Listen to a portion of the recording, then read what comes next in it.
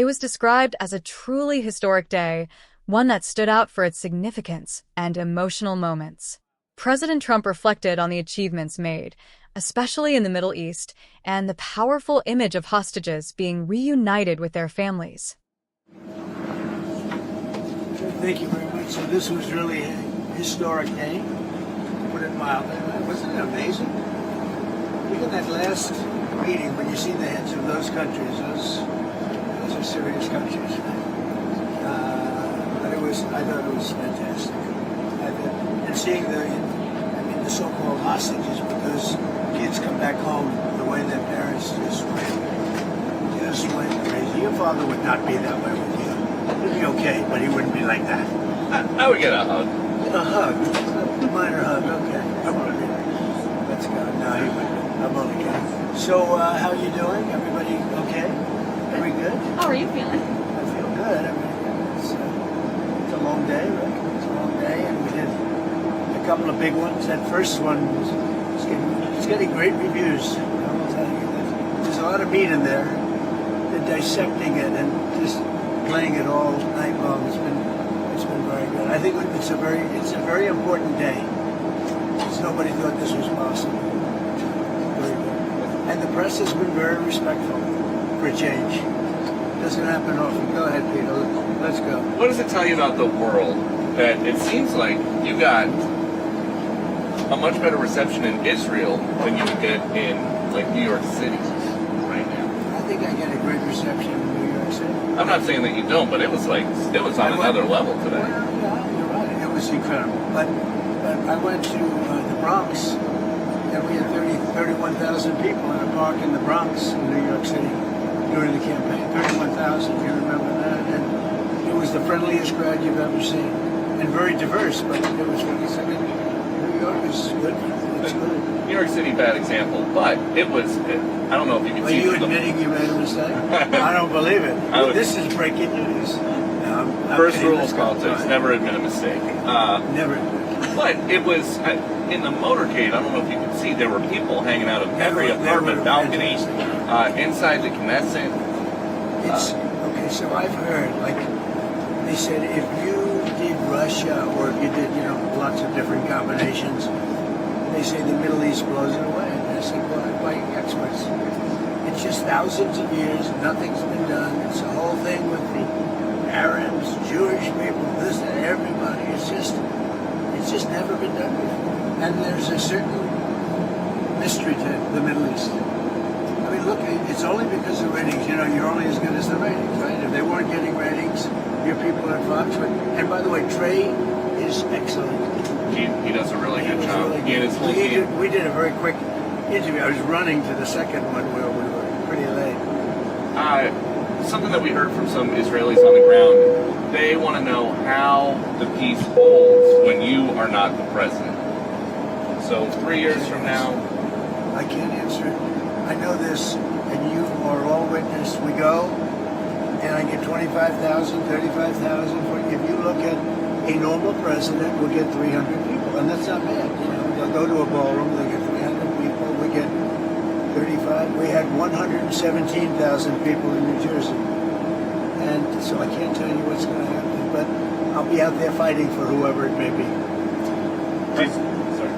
Did you tell Bibi beforehand that you were going to go off script? No, I actually told him I didn't want to bring up the part, but it was just a perfect spot. It was good timing. When you said, because he was getting a very good hand, and when they stopped, they said, why didn't you give this guy a part? If he didn't get a good hand, they wouldn't have done that. But the timing was, what do you think, Katie? Good timing for that, right? I think people thought it was pretty funny, yes. Yeah, it worked out well. It's a little risque, bring it up. Yeah, a pretty sore subject in Israel, but the people were fantastic. Mr. President, you spoke to here we go. Egypt. She can ask more questions this morning. Go ahead. I have some good questions, I promise. You do. You were very nice today. Go ahead. You talked to President el-Sisi, and you spoke about in that room how Egypt has so little crime, and you said it's all about leadership. You talked about... Well, they're very strong on crime. You talked about some of the governors. You wouldn't believe how strong, but they are very strong, but they don't have the kind of crime. They don't have the violence. They may have other kinds of crime, but they're violent crime. You can actually walk down a park and not get mugged or hit over the head with a baseball. Do you want to see some U.S. governors be more like Egypt? No, I want them to be stronger and tougher and not allow us to have record-breaking crime in Chicago and different places. I want them to admit they have crime. So there were 4,000 shootings in Chicago, murders over a fairly short period of time, meaning like a year and a half, I think. 4,000 murders. Many thousands of you're hit by a bullet but don't die. I want him to say we have a problem. Could Trump bring in the troops and solve the problem like I did in D.C., like I'm doing in Memphis? Have you seen the crimes way down in Memphis, and we've only been there 7 days? Way down. The courts have been standing in your way here. They have held been. up. Well, Are the you lower thinking courts about using have. the Insurrection Act? The lower, well, I could use it. If I wanted to, I could use it. Look, that's a very simple answer. I'm allowed to use the Insurrection Act. In fact, that was on Stephanopoulos today, his Sloppodopoulos show. They asked Sloppy Chris Christie about the Insurrection Act. He said, well, if you're talking about the Insurrection Act, he's got the absolute right to use that. And he said a couple of things that were good. He said 50% of the presidents that served in office have used the Insurrection Act. And the Insurrection Act, according to all of them, said it can't even be challenged. I don't have to go there yet because I'm winning on appeal. You know, you're right. We're losing with radical left judges, generally, radical left judges, and we're winning on appeal. So we'll see what happens. I'll be speaking to Governor J.B. Pritzker tomorrow. Do you have any messages or questions for him? Well, I think he should beg for help because he's running a bad operation. He's letting people be killed in his city because he doesn't want in Chicago. And I love Chicago. Chicago can be a great city again, and very quickly. I would have Chicago cleaned out, the criminals removed, we would remove them. You know, in D.C. we took out 1,700 career criminals, hard-line criminals. That's why it's so good right now. D.C.'s setting records the other way. It's never been so safe. And the restaurants have never done better business. They're opening up new restaurants. They were closing restaurants, now they're opening new restaurants. I can do the same thing on a larger scale in Chicago. And Pritzker should ask me to do it. But when you mention insurrection, I mean, you were the one that mentioned, one of you mentioned, insurrection. I could do that. And many presidents have. Do you have an update on 50%, Katie, 50% of the presidents have used the insurrection because they don't want to go through this stuff where somebody said there's no crime and 4,000 people got shot. You know, right? maybe you'll have to use You it? don't have to convince because she tends to be on the conservative side. Do you have an update on the Schumer shutdown and Democrats still continuing to Well, it is a refuse to Schumer vote for the shutdown. I mean, continuing it's, resolution? look, they want to have health care for illegals that have come in. Many of these people are criminals, and they want to have health care. And what it also does is, you know, we have nobody coming in now. We haven't really locked down. If they start winning cases like this, we're going to have a rush on our border because they're going to come up for health care and the other things that they give away. Look at this, education, health care, he gives everything away. People come up for that. People come from other countries for that. So we can't have it. We can't have it. We have people coming into our country, but they're coming in legally. Do you have any more meetings We have with the leadership strongest this border week? we've ever had. But they are coming in, Katie. They're coming in legally through a process. Do you have any planned meetings with House and Senate leadership on the Republican side to Yeah, figure I mean, out I'm this meeting week? with them. I talk to them all the time. John Thune's been great, and Mike has been great. Speaker, he's been great. Those two guys have done a great job. But we're dealing with a bunch of radical left lunatics that have lost an election in a landslide. They don't even admit that. I mean, think of it. They lost the election 2,700 in terms of counties to 525. That's where the map is entirely, right? They lost all 7 swing states. They lost the popular vote. And then they say, oh, the election was close. She says the election was a landslide. But they lie. You know, they can take any subject like this sometimes. He says, oh, no, Los Angeles is doing great. If we didn't go into Los Angeles, they would have had to cancel the Olympics.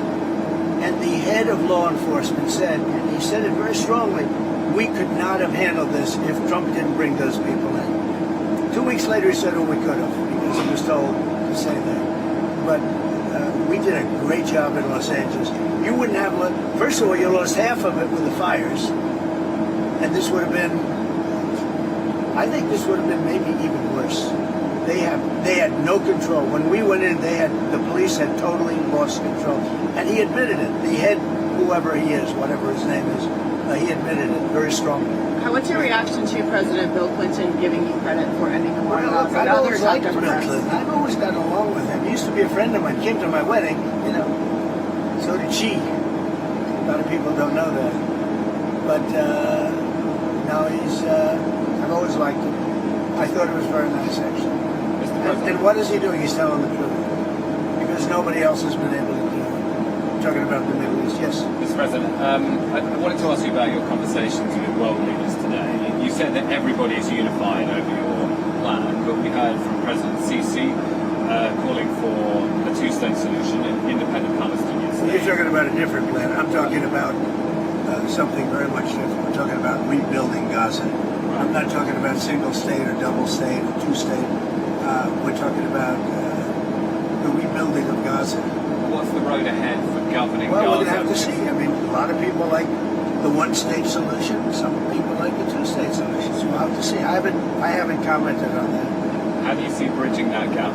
Because you have the Arab countries. At some point, I'll decide what I think is right, but I'd be in coordination with other states and other countries.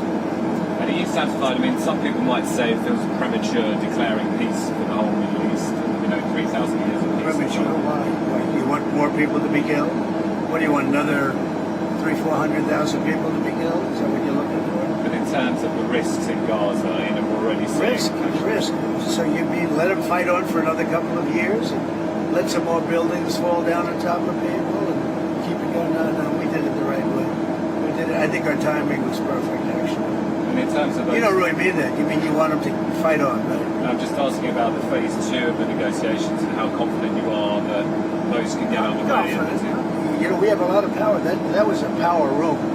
Those people, those are the richest countries. I think now with tariffs, I think we're the richest country in the world, actually. The United States. We're taking in hundreds of billions of dollars.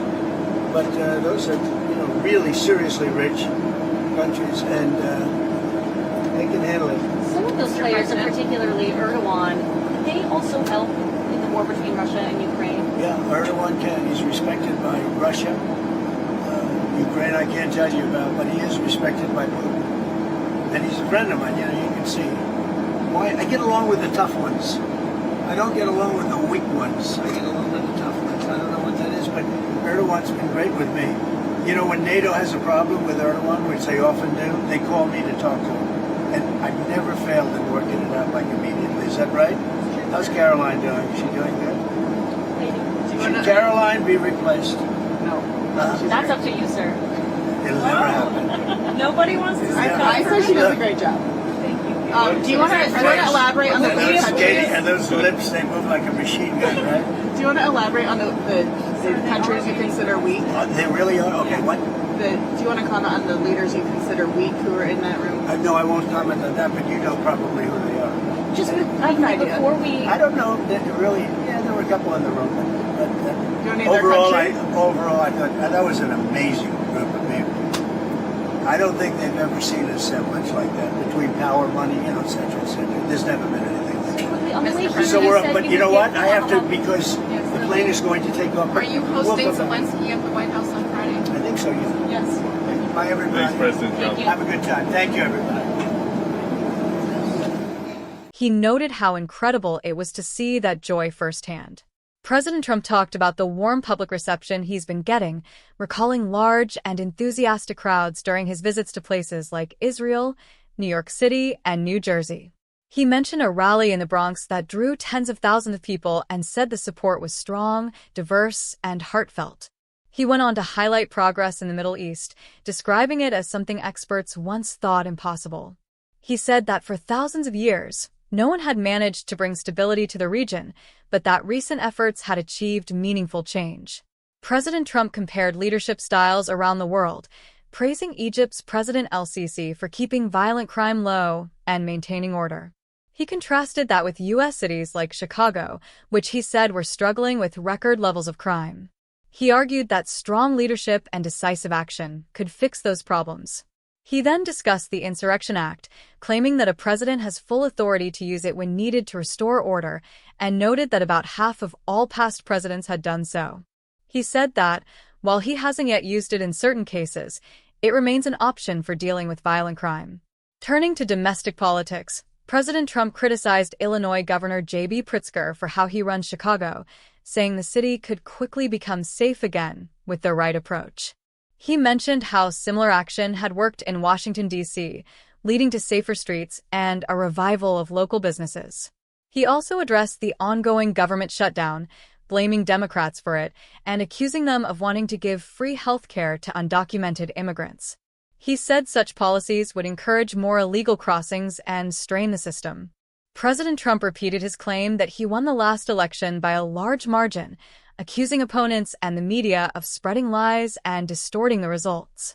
On the topic of foreign relations, he said he gets along best with strong, tough leaders, mentioning his relationships with figures like Erdoğan and el-Sisi. He described how other world leaders often turn to him to help resolve disputes, and that he was usually able to do it quickly.